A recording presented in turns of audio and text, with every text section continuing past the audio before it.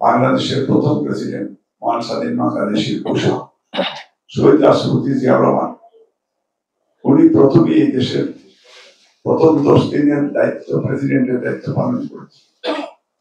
উনি হচ্ছেন বাংলাদেশি জাতীয়তাবাদের কথা, যে শহীদ রাষ্ট্রপতি জিয়াউর রহমান বাংলাদেশের মাল্টি পার্টি ডেমোক্রেসি ইন্ট্রোডিউস করেছেন, এবং তার সাথে যারা মুক্তিযুদ্ধ সহ বাংলাদেশের বিভিন্ন গণতান্ত্রিক আন্দোলনে যারা জীবন দিয়েছে আমাদের জন্য, লেটেস্ট কোটা সংস্কার আন্দোলনেও কোমলমতি ছাত্রছাত্রীরা আমাদের জন্য জীবন দিয়ে গেছে। আমরা আল্লাহর কাছে তাদের আত্মার মাগফিরাত কামনা করছি। আল্লাহ তাআলা তাদেরকেও যেন ক্ষমা করে দেয় এবং আমাদেরকেও যেন আল্লাহ তাআলা সত্যিকার অর্থে ট্রু ইমানদার দেশপ্রেমিক হিসাবে যেন দেশকে ফিউচার সার্ভ করার তৌফিক দান করেন। আজকে আমাদের নেত্রী, মাদার অফ ডেমোক্রেসি, বাংলাদেশের প্রথম মহিলা প্রধান, যিনি পার্লামেন্টারি ডেমোক্রেসি ইন্ট্রোডিউস করেছেন।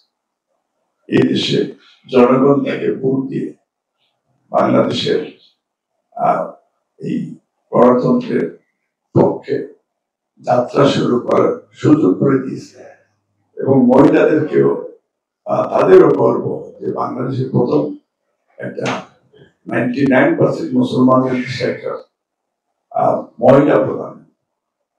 আমরা ওনার জন্য আমি দোয়া চাইবো যে আপনারা ওনার জন্য দোয়া করুন, উনি যেন সুস্থ হয়ে বাংলাদেশে আবার যেহেতু উনি দেশে আছেন আলহামদুলিল্লাহ আমরা অনেকটা বেটার, যাতে ফিউচার নেশন বিল্ডিং উনি যেন আমাদের সবার পাশে থাকতে পারেন, এবং আগামী নির্বাচন মেক শিওর যাতে ডিসেম্বরে হয়।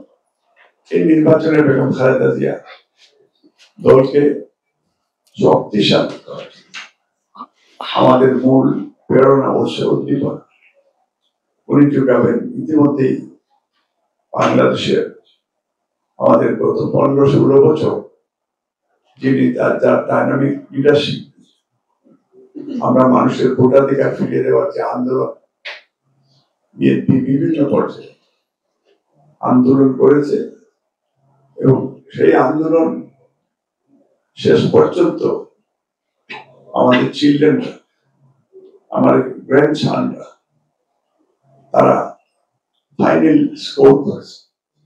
তারা মারাডোনার ভূমিকা পালন করে গিয়ে এই দেশ ছেড়ে আমাদের কাছে উপহার দিয়ে চলে গেছে। এটা আমাদের রিয়েলাইজ করতে হবে যে এটা ফাইনালি তারা, আমরা চাইলে তাদের রক্তের সাথে বিশ্বাসঘাতকতা করে মানে এটা ইম্পসিবল, এটা করা ঠিক হবে না। তাদের চাওয়া পাওয়া যেটা ছিল, তাদের সেই গণতান্ত্রিক বাংলাদেশ দেখতে চায়, সেই বাংলাদেশের যে মানুষের প্রত্যেকটা অধিকারের জন্য যারা জীবন দিয়েছে। আমরা চাই যে অনেকে অনেকভাবে দেশকে নিয়ে ভাবেন, চিন্তা করেন, বা সবারই রাইট রয়েছে, কেউ আমার মতো করে, কেউ আমাদের মতো, কেউ দেশের মতো। তারেক রহমান উনি 31 দফা কর্মসূচি মানুষের কাছে দিয়েছেন, সংস্কার, রাষ্ট্র গঠন, মেরামত, রেইনবো নেশন বিল্ডিং, এবং উনি বলেছেন যে আগামীতে বিএনপি ক্ষমতা আসলে জাতীয় সরকার হবে, নিরপেক্ষ বিশিষ্ট পার্লামেন্ট, আইনের শাসন হবে, আপনাদের সাংবাদিকদের ফ্রিডম অফ স্পিচ, এটা মেক শিওর করবে দেশগুলি যাতে এটা ভালোভাবেই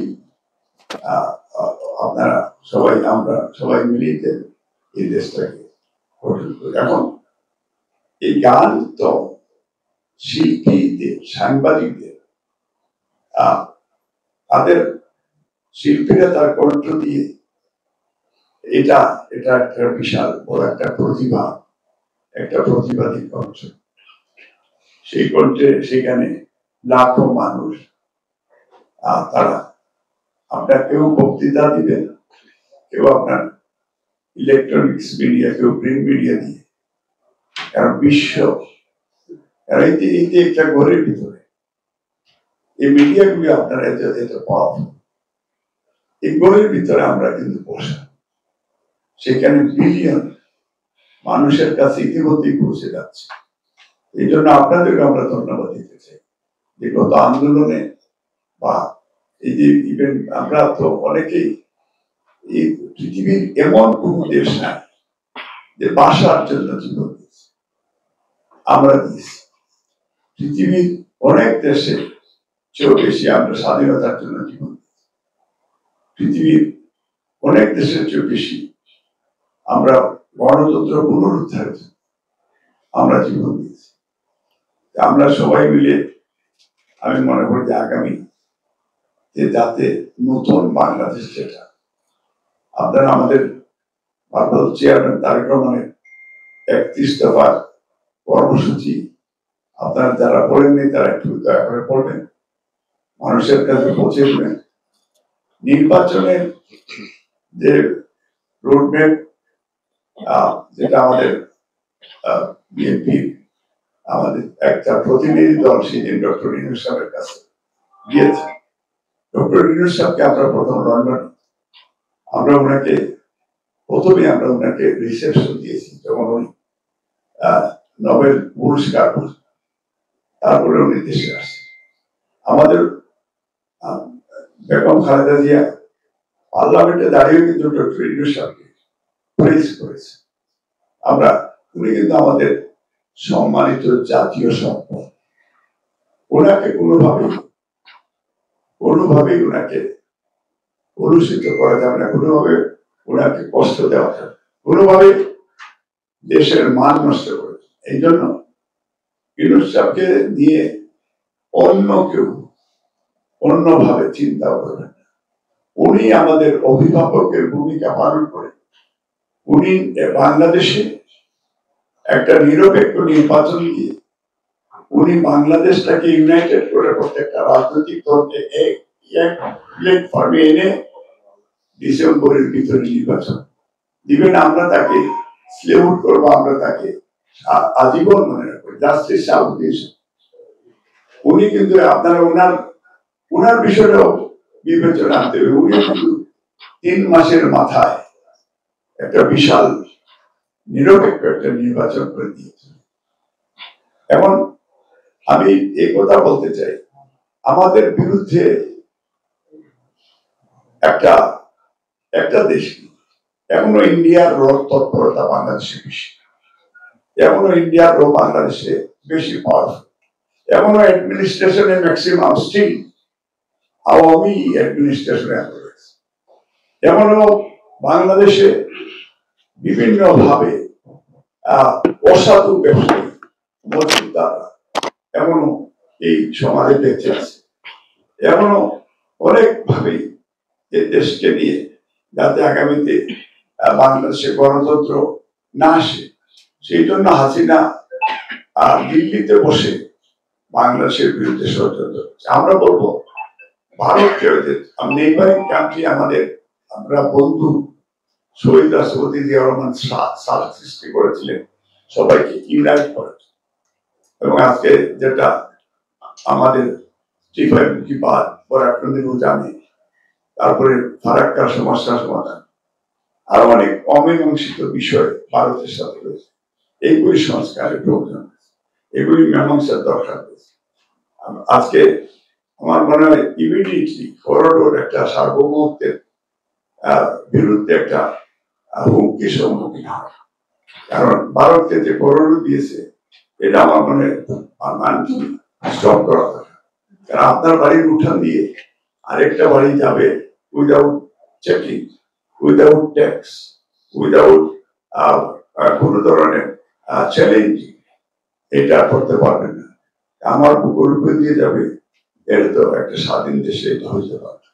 তারা ভাবের সরকার ছিল। আমরা যে ভারতের সম্পর্ক বাংলাদেশের সাথে গুড থাকবে, আওয়ামী লীগের সাথে যে সম্পর্ক ভারতের, যে কারণে আজকে হাসিনাকে নিয়ে গেছে, ভাই আমাদের সমস্যা নেই। কিন্তু আমাদের সমস্যাটা হচ্ছে নেইবারিং কান্ট্রি, আমরা ফেলানির লাশ দেখতে চাই, বিডিআর মেসাখার আমরা দেখতে চাই, বাংলাদেশের সেনাবাহিনীর বিরুদ্ধে কোন ধরনের কনস্পিরেসি করো, এটা আমরা দেখতে চাই।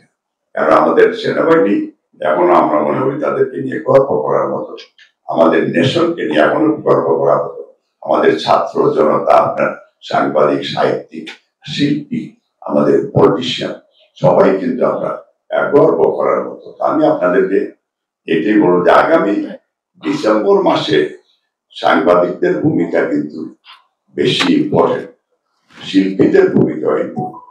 এবং আজকের থেকে আমার জন্য দোয়া করবেন যাতে আমি খোঁজ করে আবার আপনাদের মাঝে আমি ফিরে আসতে পারি।